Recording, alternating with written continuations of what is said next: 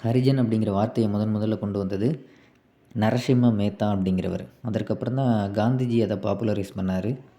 இந்த வார்த்தை 1928 வந்த சைமன் குழுவோட அறிக்கையிலும் இடம்பெற்றிருந்தது. கவர்மெண்ட் ஆஃப் இந்தியா ஆக்ட் 1935லையும் இது இருந்தது, இந்த வார்த்தை இருந்தது. சரி, இந்த ஹரிஜன் அப்படிங்கிற பத்திரிக்கை தொடங்கினது 1933ஆம் ஆண்டு.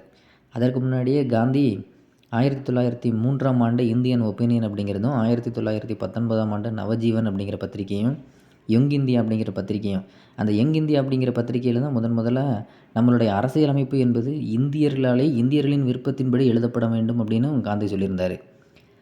அடுத்து 1932 காலகட்டத்தில் அம்பேத்கருக்கும் நம்ம காந்திக்கும் ஏற்பட்ட சில முரண்பாடுகள்னால இந்த ஹரிஜன மக்களுக்குன்னு தனி தொகுதி வேணும்னு அம்பேத்கர் கேட்டிருந்தார்.